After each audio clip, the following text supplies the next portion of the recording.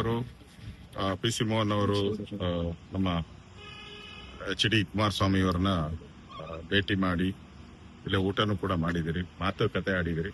ಪ್ರತಿ ವಿಧಾನಸಭಾ ಅಧಿವೇಶನಕ್ಕೂ ಮುಂಚೆ ನಾವು ಮತ್ತು JDS ಯಾವ ರೀತಿ ಅಧಿವೇಶನದ ಒಳಗಡೆ ಸಮನ್ವಯತೆಯಿಂದ ಸರ್ಕಾರದ ಫೇಲ್ಯೂರ್ಸ್ಗಳನ್ನ ಹೇಳಬೇಕು ಅನ್ನೋದು ಚರ್ಚೆಯನ್ನ ನಿರಂತರವಾಗಿ ಮಾಡ್ತಾ ಇದ್ದೀರಿ. ಅದೇ ರೀತಿ ಈ ಬಾರಿನೂ ಕೂಡ ಅಧಿವೇಶನದ ಒಳಗಡೆ ನಾವು ಯಾವ ರೀತಿ ನಮ್ಮ ನಡವಳಿಕೆ ಇರಬೇಕು, ಯಾವ ರೀತಿ ಹೋರಾಟ ಮಾಡಬೇಕು. ಹೊಸದಾಗಿ ಈಗ ಮಂತ್ರಿ ಬೇರೆ ಸಿದ್ದರಾಮಯ್ಯನವ್ರನ್ನ ತೆಗೆದಾಕಿ ಹೊಸದಾಗಿ DK ಶಿವಕುಮಾರ್ ಅವರು ಮುಖ್ಯಮಂತ್ರಿ ಆಗಿದ್ದಾರೆ. ಅದಾದ್ಮೇಲೂ ಕೂಡ ಈ ಸರ್ಕಾರದಲ್ಲಿ ಏನೇ ಬದಲಾವಣೆ ಆಗಿಲ್ಲ. ಅದೇ ರೀತಿ ಲಂಚ, ಭ್ರಷ್ಟಾಚಾರ ಇವೆಲ್ಲಾನು ಕೂಡ ನಿರಂತರವಾಗಿ ನಡೀತಾ ಇದೆ.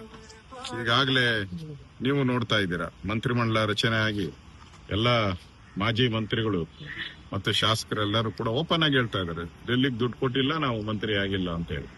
ಈ ಎಲ್ಲ ಬೆಳವಣಿಗೆ ಮಧ್ಯೆ ನಾವು ವಿಧಾನಸಭಾ ಅಧಿವೇಶನದಲ್ಲಿ ಯಾವ ರೀತಿ ಕಾಂಗ್ರೆಸ್ಗೆ ಮುಖಭಂಗ ಮಾಡಬೇಕು ಅನ್ನೋ ದೃಷ್ಟಿಯಲ್ಲಿ ನಾನು ಕುಮಾರಸ್ವಾಮಿ ಅವರ ಹತ್ರ ಚರ್ಚೆ ಮಾಡಿದೆ. ಅದೇ ರೀತಿ ಬಿಡದಿ ಹೋರಾಟದ ಬಗ್ಗೆನೂ ಅಷ್ಟೇ. ಬಿಡದಿ ಏನು ಲ್ಯಾಂಡ್ ಸ್ಕ್ಯಾಮ್ ಇದೆ ದೊಡ್ಡ, ಅದರಲ್ಲೂ ಕೂಡ ರಿಯಲ್ ಎಸ್ಟೇಟ್ ಬಿಡದಿ ಟೌನ್ಶಿಪ್ ಅನ್ನ ರಿಯಲ್ ಎಸ್ಟೇಟ್ ಮಾಡಕ್ಕೆ ಕಾಂಗ್ರೆಸ್ ಅವರು DK ಶಿವಕುಮಾರ್ ಅವರು ಹೊರಟಿದ್ದಾರೆ. ಈಗಾಗಲೇ ಅದಕ್ಕೆ ನಾನು ಕೂಡ ಹೋರಾಟ ಮಾಡಿದ್ದೀನಿ, 3-4 ಸರಿ ಹೋಗಿದ್ದೀರಿ. JDS ಅವರು ಕೂಡ ಅದ್ರ ಹೋರಾಟ ಮಾಡ್ತಾ ಇದ್ದಾರೆ. ವಿಧಾನಸಭೆಯಲ್ಲೂ ಕೂಡ ಅದನ್ನ ಚರ್ಚೆಗೆ ನಾವು ತಗೊಂತಾ ಇದ್ದೀರಿ.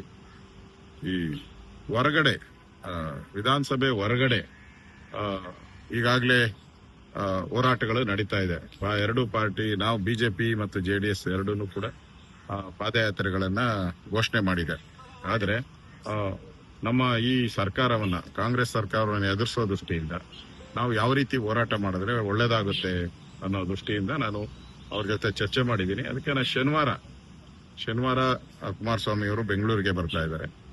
ನಮ್ದು ಶುಕ್ರವಾರ ಮೀಟಿಂಗ್ ಇದೆ. ನಮ್ದು ನಾನು ಇಂಪಾರ್ಟೆಂಟ್ ಸುಮಾರು 12 ಜನ ನಮ್ಮ ಮುಖಂಡರನ್ನ, ರಾಜ್ಯದ ಅಧ್ಯಕ್ಷರು ವಿಜಯೇಂದ್ರ ಅವ್ರನ್ನೆಲ್ಲರೂ ಕೂಡ ನಮ್ಮ ಚೇಂಬರ್ ಅಲ್ಲಿ ಮೀಟಿಂಗ್ ಕರೆದಿದ್ದೀನಿ. ನಾನು ಅಲ್ಲಿ ಚರ್ಚೆ ಮಾಡ್ತೀರಿ. ಅದಾದ್ಮೇಲೆ JDS ಜೊತೆ ಒಂದು ಸಮನ್ವಯ ಸಮಿತಿ ಮಾಡೋ ದೃಷ್ಟಿಯಿಂದ JDS ಮತ್ತು BJPಯ ಒಂದು ಸಮನ್ವಯ ಸಮಿತಿನೂ ಆಗಬೇಕು.